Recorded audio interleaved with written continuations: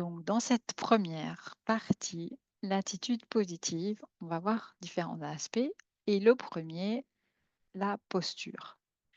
Vous vous souvenez que quand on avait parlé de quelle était la posture idéale qui vous appartiendra d'avoir dans vos ministères, le- la notion d'écoute était revenue et était très, très, très, très présente. Et donc ici, effectivement, avoir une attitude positive, c'est adopter une posture d'écoute, être présent à l'autre et accueillir ce qui sera dit. Alors pour ça, je vous ai illustré cette diapo avec le caractère chinois traditionnel de l'écoute. Et curieusement, il est composé de beaucoup plus d'éléments qu'on ne pourrait imaginer. Alors complètement à gauche, vous voyez ce qui ressemble à une petite fenêtre, et ça, c'est l'oreille. Donc ça, on s'y attendait. Écouter avec l'oreille, c'est effectivement assez classique. Mais sur la partie droite, vous voyez une croix qui veut dire 10. Elle est posée sur un rectangle qui représente l'œil. Et alors avoir 10 yeux, ça permet à la fois d'avoir beaucoup de perspectives et en même temps, pour les Chinois, ça permet d'être très focalisé sur quelque chose de précis. Ensuite, vous avez un trait qui veut dire un, être un, être dans l'unité, être dans la connexion. Et puis tout en bas, vous avez le signe du cœur. Et donc, c'est être uni par le cœur. Et donc, écouter, c'est finalement ouvrir son cœur, ouvrir ses oreilles, ouvrir ses yeux et chercher à avoir une connexion avec la personne, l'accueillir, l'apprécier telle qu'elle est. Et donc, on peut le décliner sous l'acronyme CARES, qui en anglais veut dire euh, faire attention, prendre soin. Et le C, c'est vraiment se concentrer. Donc, concentrer, ça veut dire vraiment accorder une attention particulière à la personne en face de soi. Donc, on évite les distractions, on évite de parler en rédigeant un email ou en envoyant un message à quelqu'un. On prend rendez-vous, on peut dire je ne suis pas disponible juste maintenant, mais on se voit dans un quart d'heure. On reste concentré au sens où on reste sur le sujet et on ne va pas dans différentes digressions qui vont perdre tout le monde. Et surtout, et oui, on se tait. On se tait. On écoute, on n'est pas là pour partager son opinion. Donc, on reste en silence. Mais un silence habité par une intention d'accueil. C'est le A là de accueillir. Accueillir, ça veut dire accueillir la différence. Ça veut dire accepter que l'autre puisse avoir une opinion, un mode de vie, des principes, une situation qui est différent de la mienne, qui peut m'être inconnue, qui peut m'être même pas nécessairement sympathique, mais pour autant l'accueillir avec amour comme une différence, quelque chose qui peut être enrichissant, même si j'ai pas envie de vivre la même chose que cette personne ou de partager ses convictions ou d'aller dans son sens, mais au moins rester ouvert à accueillir ce qui arrive. Donc ça va dire euh, évidemment se taire parce que ça évite de prononcer des jugements. Mais ça veut dire aussi avoir un langage non verbal qui soit adapté. Donc, on évite de croiser les bras dans une attitude défensive. On est plutôt dans des bras ouverts, des mains qui sont tournées vers l'autre, le haut du corps qui est souvent penché dans une attitude d'écoute. Et donc, ce non verbal, le sourire, vont permettre d'accueillir la personne pour qu'elle se sente en confiance et qu'elle puisse s'ouvrir et parler. Le R, il est dans la recherche. Et là, je vous renvoie à ce qu'on a évoqué précédemment dans le processus d'intelligence émotionnelle. La recherche, ça va être écouter pour trouver les faits, écouter pour trouver l'intention, écouter pour trouver les priorités. Et elles peuvent être différentes ou complémentaires de celles que je connais déjà ou de celles que j'avais déjà identifiées. Et en plus, cette recherche, donc, elle va passer par des questions pour pouvoir préciser les choses et pouvoir enrichir nos observations, pour pouvoir enrichir notre compréhension. Mais elle va aussi s'appuyer elle va aussi s'enrichir les de tous les indices de langage non verbal qu'on va pouvoir, relever. Est-ce que la personne, parle de façon saccadée ou est-ce que c'est très fluide? Est-ce que la personne, a un ton jovial ou un ton triste? Est-ce que la personne, est repliée sur elle-même ou très ouverte? Donc, il y a beaucoup de langage, d'éléments, non verbaux qui vont être à l'œuvre, d'où le fait que dans le caractère chinois, que vous avez à droite, on a vraiment dans l'écoute la partie visuelle qui, joue, tout son rôle au-delà de la partie auditive. L'empathie, donc on en a parlé précédemment aussi, c'est le fait de pouvoir, comprendre l'autre, se mettre à sa place, envisager, envisager la situation, sous sa façon de penser, qui n'est pas forcément la mienne, pour essayer de le comprendre. Et donc là, on va retrouver, l'idée du «un» dans le caractère chinois, qui est vraiment à chercher à se connecter à cette autre personne qui peut être différente, qui veut dire, être, présent à ce moment-là et être aussi, patient parce que ça peut prendre un petit peu, de temps pour, comprendre, le monde dans lequel on est invité et qui est le monde de l'autre qui nous est un peu étranger. Ça veut dire aussi qu'il y a 2 choses dont on doit s'abstenir. La première, c'est de donner des conseils. D'abord, on se tait et si on pose des questions, c'est vraiment pour comprendre, mais en plus, on n'est pas là pour, déverser toute sa sagesse. On est là pour écouter, pour comprendre, pour connecter. Donc surtout, pas de conseils et encore moins de jugement. Juger, ça veut dire qu'on a tous les éléments pour pouvoir le faire et tant qu'on n'a pas été au bout de l'écoute, notre jugement va être tout à fait biaisé à partir de ce qu'on ne connaît qu'on se connaît déjà. Et il est très probable que plus on écoute et plus on va nuancer notre opinion.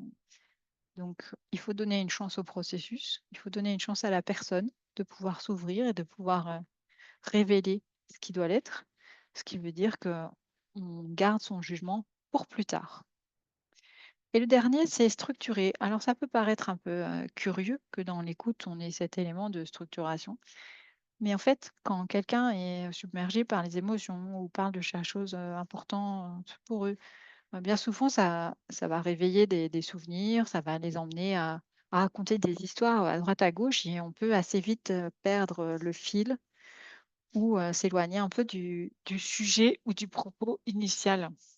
Donc structurer, ça permet de pouvoir remettre les choses en perspective, de se focaliser sur le sujet qu'on veut aborder et donc je vous recommande à la fin d'une séance d'écoute de résumer ce qui a été dit, heu, de façon à ce que vous puissiez ensuite valider si votre compréhension était correcte ou s'il y a des choses à ajuster. Ça va permettre 2 choses. La première, de clarifier à la fois l'objet de la discussion et l'argumentation, sous-jacente et deuxièmement, ça va permettre aussi de prendre du recul et de cantonner ou limiter la situation à un aspect particulier qui est celui que vous voulez adresser ensemble.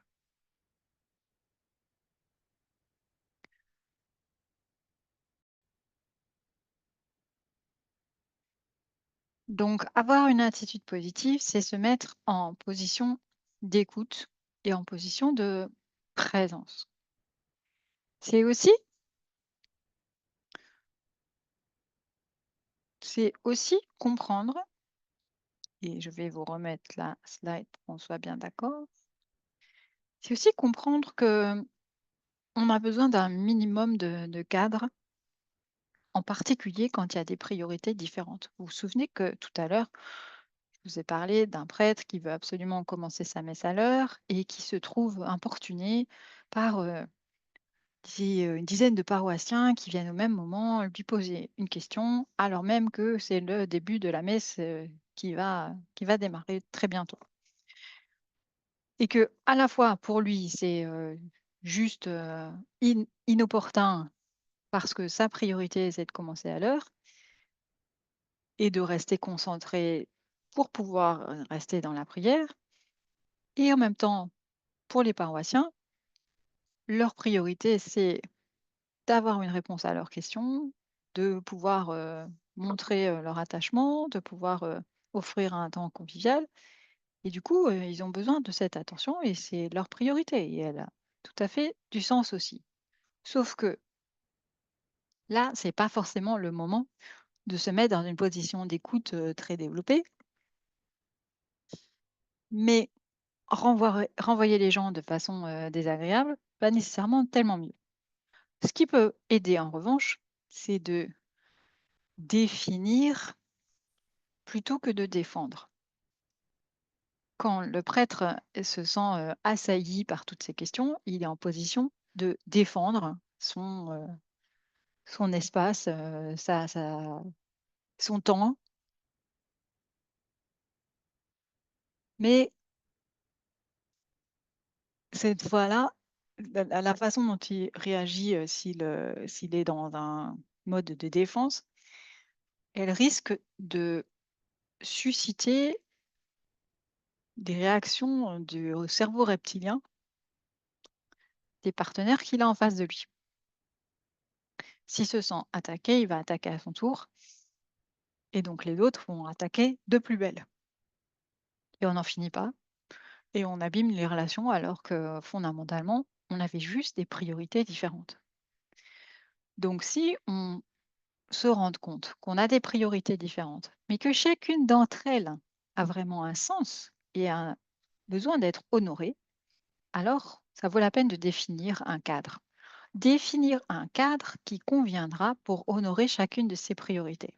Par exemple, on peut dire que on va organiser une permanence le lundi de 18 à 20 heures qui permettra aux paroissiens de venir poser leurs questions et d'avoir une réponse qui soit tout à fait fournie parce qu'on aura pris le temps de les écouter et de voir de façon approfondie ce qui convient de mieux. Alors que c'est vrai que si on le fait à la va-vite au début de la messe, il risque d'avoir une réponse qui n'est pas très très fournie ou qui peut être un peu à côté de la plaque. Ou alors d'être obligé de toute façon de fournir d'autres informations pour lesquelles ils ne sont pas prêts. Donc tout le monde aurait intérêt à ce que une permanence soit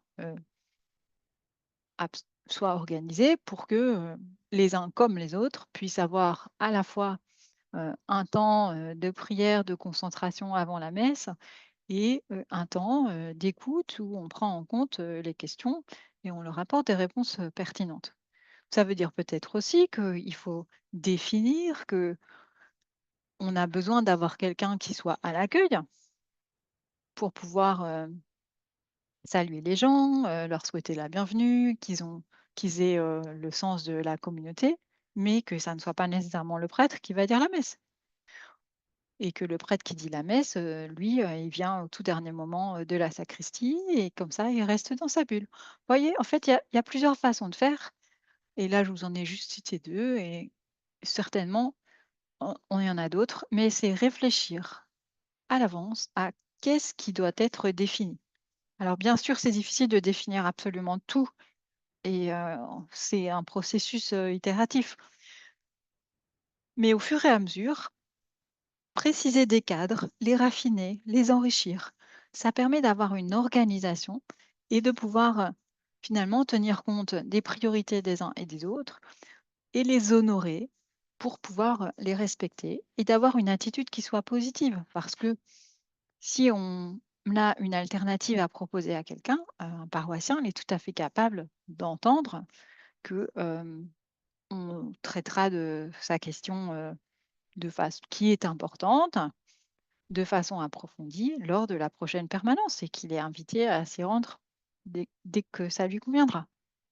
On peut aussi, communiquer ces cadres de façon, tout à fait explicite, dans, sur le site web de la paroisse, sur les feuilles paroissiales ou, le faire connaître de façon à ce que ça rentre dans les mœurs et que ça fait partie des façons de travailler ensemble, des façons de vivre ensemble et donc on a un cadre qu'on définit. La troisième stratégie, en termes d'attitude, c'est aussi de réfléchir au bon niveau quand on est dans le dialogue et surtout quand ça devient conflictuel. Vous vous souvenez qu'on a parlé de cette fameuse fenêtre qui était, soit ouverte, soit fermée, mais qui de toute façon, qu'elle soit ouverte ou qu'elle soit fermée, ça ne va pas satisfaire ni Romain ni Damien parce qu'ils ont chacun une stratégie et qu'elles ne sont pas compatibles au même moment. Ou en tout cas, pas d'emblée. Pour autant, est-ce que vraiment il faut continuer à se battre autour d'une fenêtre et à ne parler que de cette fenêtre? Il y a peu de chances que ça aboutisse et si ça aboutit à quelque chose, c'est probablement, hem, une, une relation, très tendue entre les 2 et on n'aura pas gagné grand-chose. En revanche, si on arrive à s'élever au-dessus de cette, querelle, qui n'a pas grand intérêt et qu'on trouve un point de connexion, de ralliement, d'unité, on peut à ce moment-là construire sur quelque chose qui soit, un terrain fertile pour, du dialogue et puis trouver des solutions pérennes. Alors quel est ce terrain fertile? Finalement, c'est de monter au niveau des besoins. De quoi Damien a besoin? Ouais, il a besoin, de pouvoir se concentrer. De quoi Romain a besoin? Il a besoin de pouvoir se concentrer. Donc à partir du moment où on exprime ses besoins, là, il se trouve en plus que c'est le même, il y a de grandes chances qu'ils puissent comprendre que, c'est important pour les 2 et qu'il faut que tous les 2 ils arrivent à se concentrer. Donc on part de quelque chose qui est aisément compréhensible par chacun et qui en plus ici est partagé. Donc après, ben, on peut trouver des solutions, à savoir que, on alterne, la présence de l'un et de l'autre et que dans cette pièce et que, il va y en avoir un des 2 qui va se mettre ou s'installer dans une salle de réunion, le temps que l'autre, est dans la pièce initiale. On peut avoir, imaginer qu'on déplace les bureaux pour que l'un soit plus loin que la fenêtre, que l'autre et que du coup, il ne soit pas gêné. On peut imaginer qu'il y en ait un qui mette un casque et l'autre pas, et cetera, et cetera, et cetera. Enfin, vous voyez que si on réfléchit un petit peu plus que 20 secondes, on arrive évidemment à des solutions. Mais ça veut dire qu'on part d'un besoin et d'un respect mutuel et la prise en compte des besoins des uns et des autres. Il se trouve que là, ils sont partagés, mais ce n'est pas toujours le cas. En revanche, vous vous souvenez que quand on avait parlé des émotions, on avait dit que c'était un connecteur universel. C'est-à-dire que j'ai pas besoin d'être super énervé et en colère sur une situation pour comprendre ce que vit l'autre personne, parce que moi, vis-à-vis de cette situation, je peux être tout à fait calme, mais je sais ce que c'est que la colère. Dans ma vie, ça m'est arrivé d'avoir des épisodes où j'étais en colère. Donc je peux comprendre ce que vit cette personne, même si je ne le partage pas sur le moment. Même chose pour les besoins. Les besoins sont universels et donc je n'ai peut-être pas besoin de me concentrer, juste maintenant comme, Romain ou Damien, mais je peux comprendre qu'on ait besoin à un certain moment de se concentrer parce que je l'ai déjà expérimenté dans ma vie et je l'ai vu à plusieurs reprises. Donc je peux vraiment me connecter à cette demande, à ce besoin. Je vous ai mis devant la pyramide de Maslow qui, classifie les besoins selon, différents strates. Donc on a les besoins primaires qui sont les besoins physiologiques qui permettent, d'alimenter, notre corps et ceux-là, doivent être satisfaits, quoi qu'on fasse parce que, c'est pas le moment de vous parler, de choses, stratosphériques ou de moralité ou de philosophie. Si vous mourrez de faim, la première chose dont vous avez envie, c'est de nourriture et une fois que vous aurez le ventre plein, on pourra peut-être à ce moment-là évoquer la philosophie, mais pas au moment où vous avez besoin de vous nourrir. Et donc, vous voyez que les besoins sont impérieux au bas de la pyramide et puis de moins en moins. Mais pour autant, on a besoin que ceux qui sont dans les couches les plus basses soient comblés pour pouvoir monter dans le haut de cette pyramide. Donc on a besoin de sécurité, physique, et financière, de santé, propriété, et cetera. On a aussi besoin d'appartenance, de proximité, de communauté. Et puis, on a besoin de reconnaissance, d'estime, de confiance, de réussite, de se sentir, respecté, de respecter les autres aussi. Donc tout ça, c'est vraiment dans le partenariat avec les autres. Et puis, tout en haut de la pyramide, on a besoin de ce sentiment, d'accomplissement, de de pouvoir réussir quelque chose, qui soit, important pour nous, de pouvoir, être, créatif. Je vous en ai parlé lors de la gestion du stress. Vous vous souvenez qu'avoir, une activité créative, ça permettait de répondre à ce besoin d'accomplissement, d'avoir une petite victoire. Alors ça aide aussi pour le besoin d'estime de soi, mais ça aide aussi sur la façon de se réaliser. Finalement, je me suis, épanouie dans quelque chose, qui me plaît et à la limite, même si, le résultat il n'est pas absolument fantastique, rien que le fait, de m'y être consacrée, de m'y être épanouie et de me sentir, accomplie, et ben, c'est déjà quelque chose de très important et qui nourrit, mes besoins. Donc tous autant que nous sommes, nous avons tous ces besoins-là, à différents moments, de la journée et de notre existence. Et donc on peut comprendre que d'autres aient ces mêmes besoins, dans la mesure où ils sont universels. Alors pourquoi j'insiste tant sur ces besoins? C'est parce qu'en fait, ils servent de fondamentaux pour le modèle développé par Thomas Skillman qui définit 5 attitudes différentes face au conflit. Donc je vous laisse le découvrir dans la vidéo dédiée et puis on se revoit juste après.